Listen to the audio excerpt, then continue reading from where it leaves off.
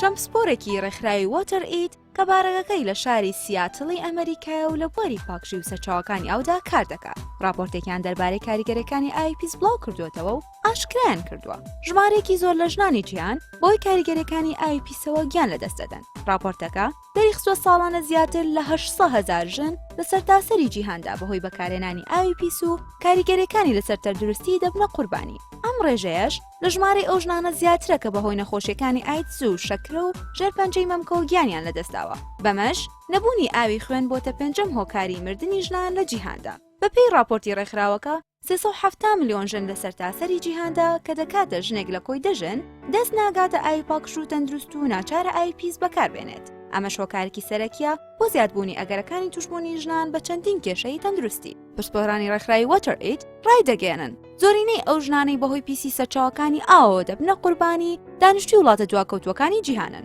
چکە زۆرینەی ئەو وڵاتانە لە سەرچاوی ئاوی پاکش ببەشن. ئەمە جگەلەوەی بەشێکی ژنان ڕۆژانە چەندین کیلۆمەتر بەپێ دەبڕن بۆ دەستکەوتنی چەند لیترێک ئاو کە زۆر جار ئەو ئاوەش تەندروست نییە. بەکارهێنانی IPs تەنها زیانی بۆ ژنان نییە، بەڵکو ژیانی تەواوی ئەندامانی خێزانەکەی دەخاتە مەترسیەوە، بەتایبەت منداڵەکانیان کە ئەگەری توشبوونیان بە چەندین نەخۆشی زیاد دەبێت. کۆتایی راپۆرتەکە ئاماژە بۆ دەکات حاڵەتەکانی جەڵدەی دڵ و مێشک لەگەڵ هەوکردنی کۆئەندامی هەناسەدان و نەخۆشی درێژخایەنەکانی سیەکان بە 4 هۆکاری سەرەکی مردنی ژنان دادەنوێت.